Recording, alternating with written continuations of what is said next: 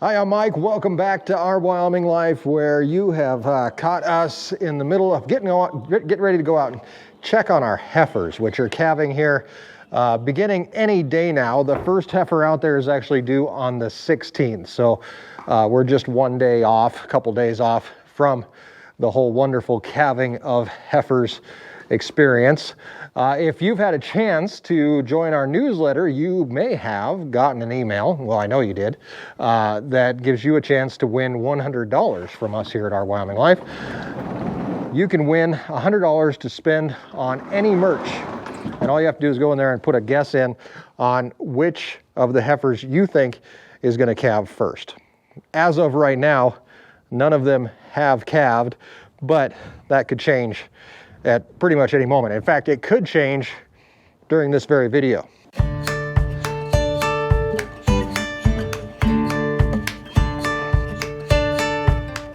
So, today's video though, however, is a chance for us to take a look at these heifers.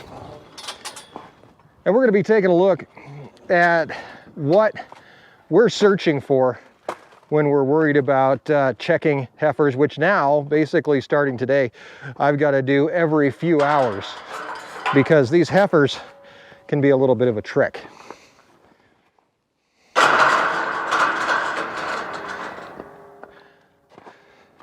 Now we are lot calving, which means that basically they're here in the corrals. They can go into, well, about 3 or 4 different corrals, but not a whole lot of space for them to calve in. They've got shelter, they've got water, they've got food, and we've got access to the inside barn if we do have some bad weather while we're calving. Because obviously if it's wet and nasty, we don't want to calve out here, or if we do, we want to make sure we scoop up a calf pretty dang quick. Another thing I wanted to bring you guys along for today was a quick call that we're going to make to a friend of mine, Dr. Spencer Wolter, who actually lives in Minnesota, and he's one of the FBN staff veterinarians. I bet you didn't know that FBN, Farmers Business Network, had staff veterinarians, but they do. And we're going to have a chance to talk to him here in just a minute about what they've got going on and some really cool stuff that they're going to be doing to help out beef producers. So as we get out here in the bulk of our heifer calves, and we can kind of see as they're moving around here what we've got going on. This area is a little bit drier, but it is melting. Everything's getting a little nasty. Not exactly the most ideal conditions for calving, but we are starting to worry about cows and calving at this point, and there is one right there. Now you can see the way that that cow is holding her tail. That's number 51. The way that she's holding her tail and her bag is starting to fill. Let's see if we can get a good shot of that. And she's a little slimy, which means that she's probably not that far from having her calf. We're going to be keeping an eye on her. Also number 37 here. I'm taking a look at her teats. Not really filling a whole lot, pretty flat back there. And as some other ones move by, we can kind of get a little peek at what they've got going on.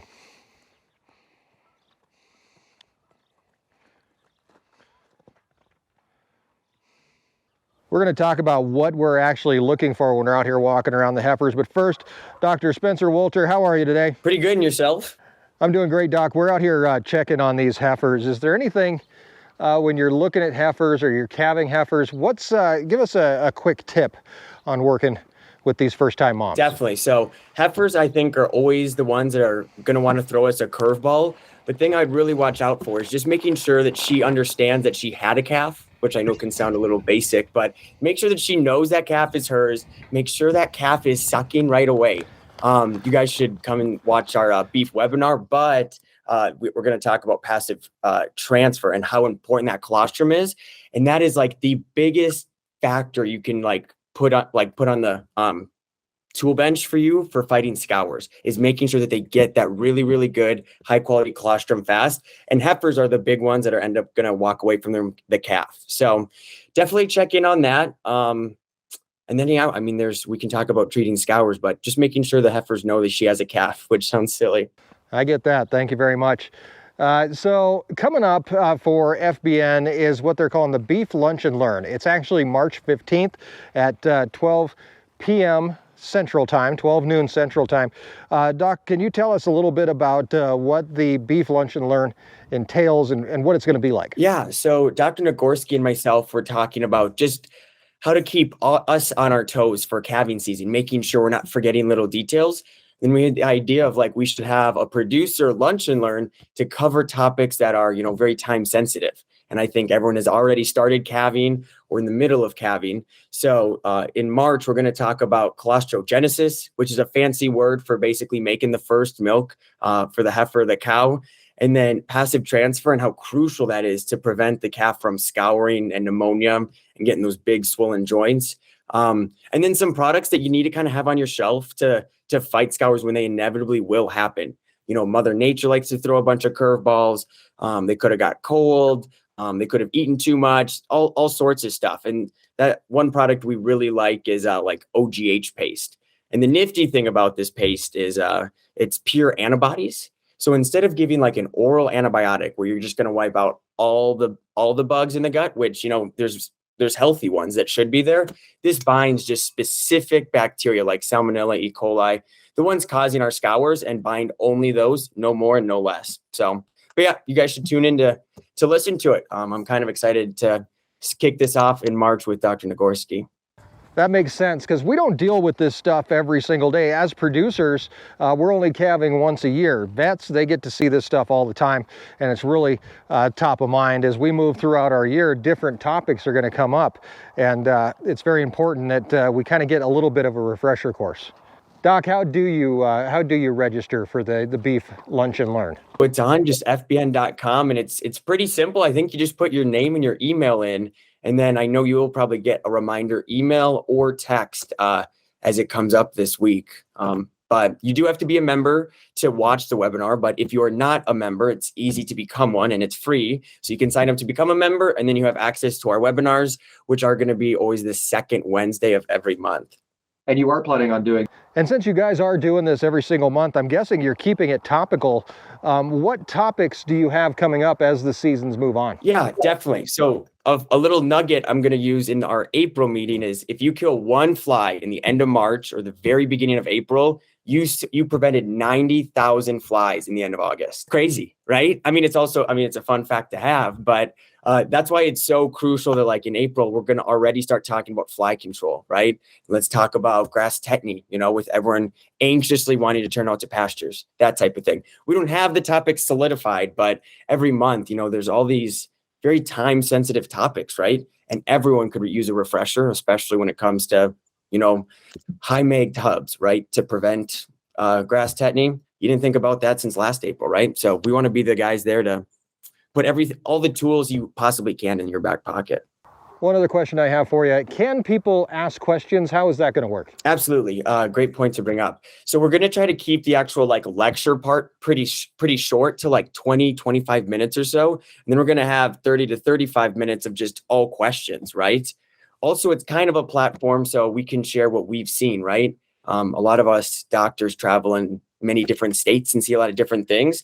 So we can make sure that, say you bought calves from, Iowa and you're in Nebraska, something like that, we can all be on the same page and be proactive about it. So yeah, lots of questions. So please come with them. And there you go, March 15th at 12 noon Central Time. There is a link down in the description so that you can get registered. All you have to be is FBN member, and you can get registered for the Beef Lunch and Learn. Should be a really good time and lots of great information to be disseminated throughout the hour or so that it's going to take place. Thank you very much, Dr. Spencer Wolter. Thank you, sir. Hey, you take care. And you have a great day. Today, out here with these heifers, we're going to look at a couple different things that we're kind of trying to keep an eye on. And then what we're going to do is we're going to come back out tonight. I'm going to show you the difference between checking these guys during the day and checking at night, and why we have them closed into about 1/3 of an acre here into the corrals. So there's a couple different things. One of the very first indications that a cow is even getting close to calving is, like I said earlier, by taking a look at their tail and how they're holding it. If the tail is dropping straight down, you're usually nothing really going on there. You're going to see the tail kind of go out a little bit of an angle, and usually that's an indication of the first signs of labor. Heifers are a lot different because they're going to do things totally different than any other cow will. Just like Dr. Spencer said, you have to make sure that they even know they had a calf. These guys, they're not going to go separate themselves off usually like most cows will. They're going to want to stay in their group because that's where they're the most comfortable. So using that as a guide that they're going to go separate themselves out really doesn't work. You can start taking a look at their back end too, and they're going to kind of loosen up. The ligaments will start to loosen up, but kind of hard to tell with heifers.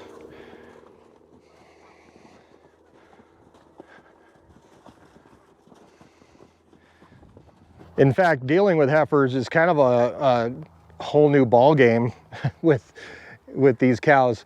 You see the way she's holding her tail there? Kind of cockeyed like that. Pretty good indication. The other indication is the slime. We're going to see a little bit of mucus that can discharge that we're going to see usually before calving at some point too. But really all of these rules with heifers, you can pretty much just throw them out the window because you never know what's going to lead into having a heifer calf, which means that we have to check them a lot.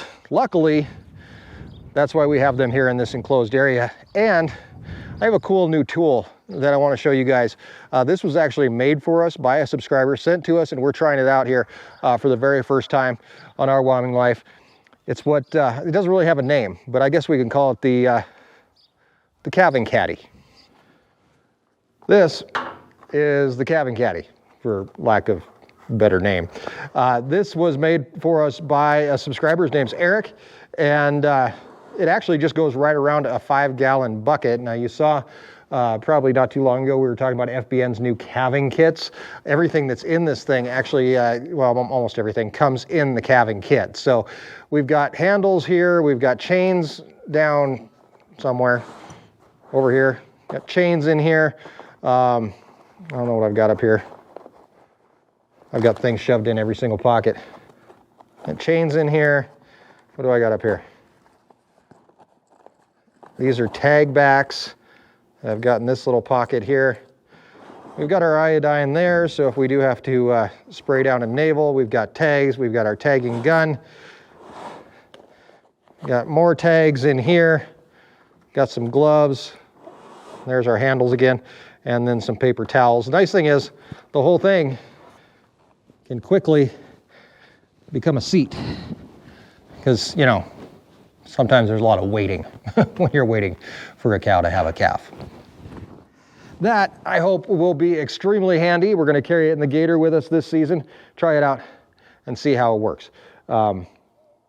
It's not, you know, commercially available, but can give you kind of an idea of something that you could make as well, that hopefully is handy, portable, and easy to deal with.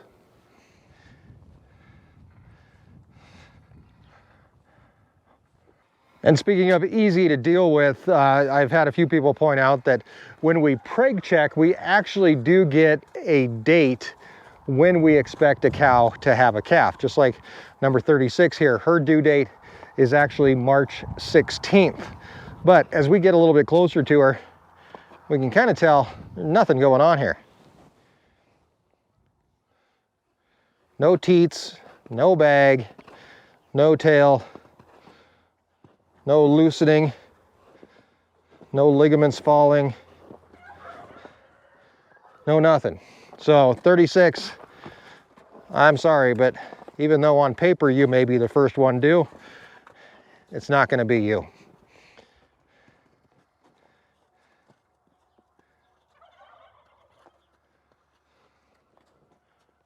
Fortunately, all these heifers are due to calve within about 21 days of each other, so we can get these guys wrapped up and then move on to the cows. But that doesn't mean that they're going to be pretty labor intensive. For being only 14 of them, we're going to be with them quite a bit because they are new moms. Like I said, they require a lot of babysitting themselves still. So when they do have a calf, we're going to be able to run it into the barn, make sure that everything's okay, make sure mom and calves bond before we decide to kick them out wherever that may be that they're going to go, whether they go back out with the cows or they come back to the corrals.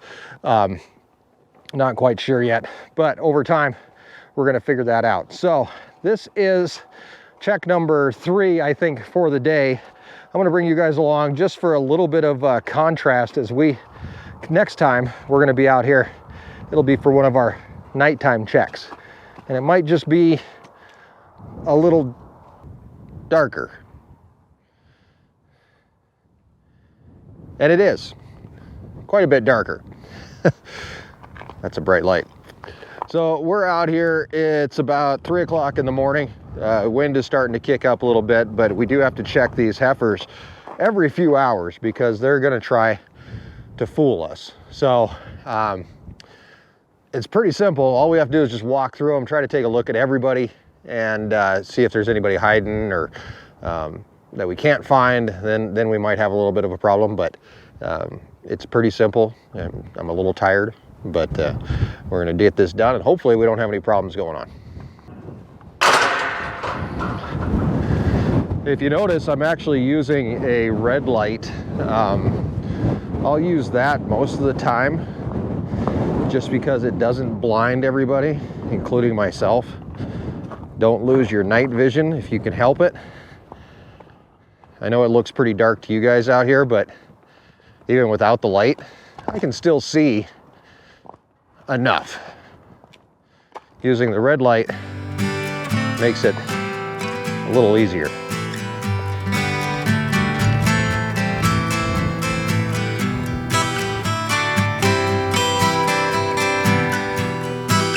Hey, girl.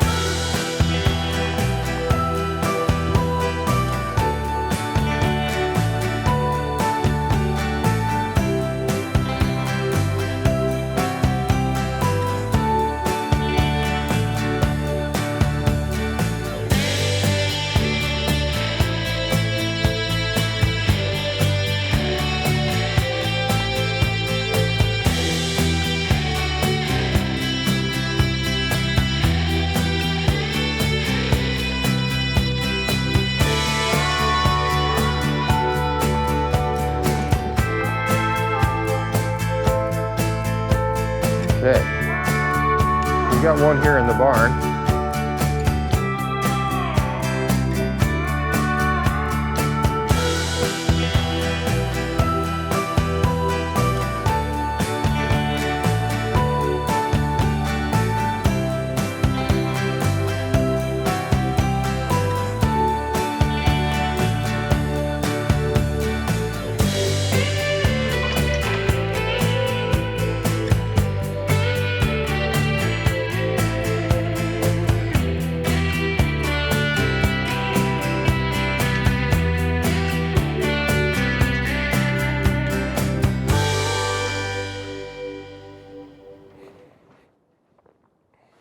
We're going to switch to the white light here so we can actually kind of see what's going on. This is number 51 that we're keeping an eye on. It's getting pretty close.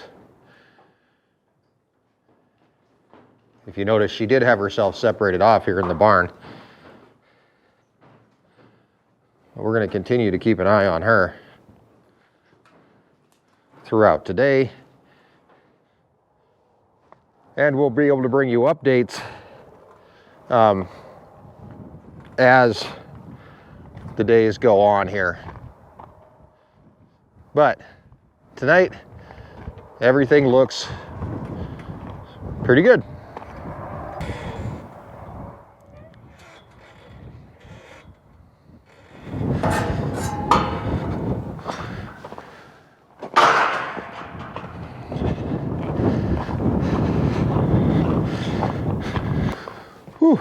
little chilly out there. Okay, so number 51 we'll be keeping an eye on as we move forward over the next couple days. Probably going to move her into the barn, but I think we're getting close. In the meantime, make sure that you follow along, subscribe to Our Wyoming Life so that you can get updates as we explore the ranch life and escape the ordinary. We're going to be posting some shorts as we move through calving. Of course, Facebook and Instagram is another place that you can find us. Be sure to check out fbn.com. Get yourself signed up for the Beef Lunch and Learn. It should be pretty good. We're going to talk about calving, the importance of colostrum, and of course, some of the medications you can give, or some of the treatments that you can give for scours. That is with Dr. Spencer and Dr. Erica, and it's coming up on the 15th at 12 noon Central Time. So go to fbn.com, get yourself signed up, or click the link down in the description. Calving season is right here. We're right on the cusp of it, and this is where things get really interesting, and I can't wait to bring you guys along. So thank you for hanging out with me, and I'll see you next time right here on Our Wyoming Life.